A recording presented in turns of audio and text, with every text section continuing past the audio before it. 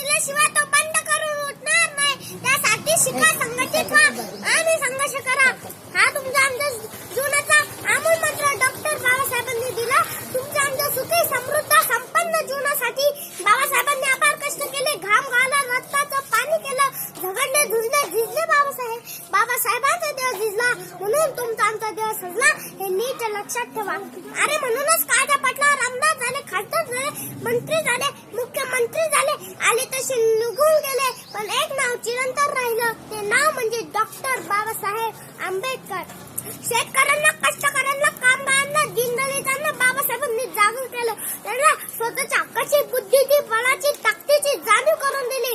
पण रानातून, वनातून, गावागावातून, डोंगरातून हातात लग्न घेऊन हा समाज बाहेर पडला. कोणी इंजिनियर झालं, कोणी वकील झालं, कोणी डॉक्टर झालं, कोणी कलेक्टर झालं.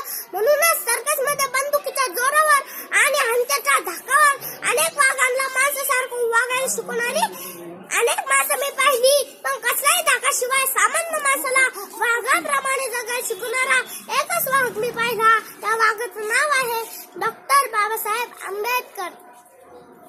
बाबासाहेबांचं कार्य, कर्तृत्व, नर्तृत्व, मातृत्व हिमालयाच्या उंचीत आहे. सह्याद्री एवढं बुलंद बलाढ्य आहे. बाबासाहेबांचं कार्य, कर्तृत्व, नर्तृत्व, मातृत्व हिमालयाच्या उंचीत आहे. सह्याद्री एवढं बुलंद बलाढ्य आहे. त्यांची झुंज, त्यांचा रडा, मान सन्मान एवढा मोठा आहे की सरकारी कार्यालयात फोटो असणारी बरेच नेते होऊन गेले, पण देवाऱ्यात फोटो ठेवून त्यांची पूजा जनता करते असे एकच विश्वरत्न होऊन गेले. त्यांचं नाव आहे डॉक्टर बाबासाहेब आंबेडकर.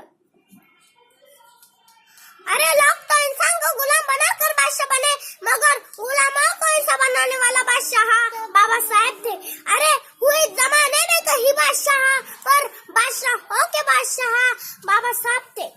या जयंती सोहळ्याच्या निमित्तानं मी एवढंच म्हणेन, बाबासाहेब तुम्ही 900 पावलावर देव नव्हे, कुठल्याही गल्लीचा राजा नव्हे, रामायण महाभारतातील पात्र नव्हे, की जागरण देवस्थान नव्हे. ही तुमच्या नावे. एप्रिल महिन्यात केवळ जागरण नव्हे, त्यांना जागरण होते.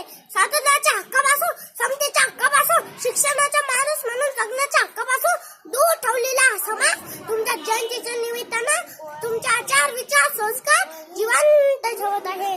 तोपर्यंत जिवंतच नव्हे, तोपर्यंत चंद्र, सूर्य, तारा आहे, तोपर्यंत ज्वलंत ठेवत आहे. म्हणूनच